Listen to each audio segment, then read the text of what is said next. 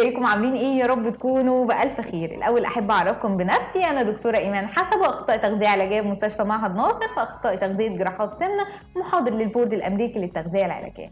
النهارده هنتكلم عن موديل اسمه نيوتريشن كير بروسيس. ده عباره عن ابروتش بستخدمه علشان احقق اعلى معايير الجوده للبيشنت بتاعي. بيبقى الهدف او التارجت بتاعي ان انا اعمل له individualized nutrition care plan. طيب بلان تكون متفصله جاهزه على البيشنت بتاعي، احمد غير محمود غير مصطفى غير ابراهيم، كل واحد مختلف عن التاني اكوردنج لاحتياجاته واكوردنج للميديكال كونديشن اللي داخل لنا بيها.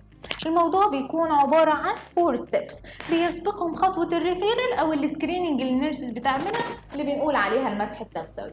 بتبتدي معايا ستيب نمبر 1 وهي نيوتريشنال اسسمنت، وده التقييم التغذوي. الكومبريهنسيف ابروتش، بمسك العيان بتاعي افصصه من فوق لتحته، اخد كل المعلومات اللي عنده واللي بناء عليه بوصل للنيوتريشن دايجنوستس. وخلينا عارفين ان النيوتريشن دايجنوستس بيختلف تماما عن الميديكال دايجنوستس.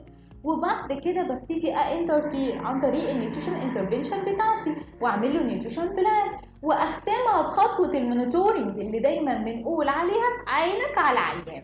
انا عمري ما بعمل نيوتريشن بلان واجري، انا لازم افولو اب على البيشنت بتاعي يوميا او اكوردنج للكيس بتاعته، لان انا ممكن اغير له النيوتريشن بلان مره واثنين وثلاثه و10 اكوردنج للبروجنوسيس بتاعته وللحاله الصحيه بتاعته. وده اللي هنبتدي نتكلم فيه خلال مجموعه من الفيديوهات المتواصله، انتظرونا.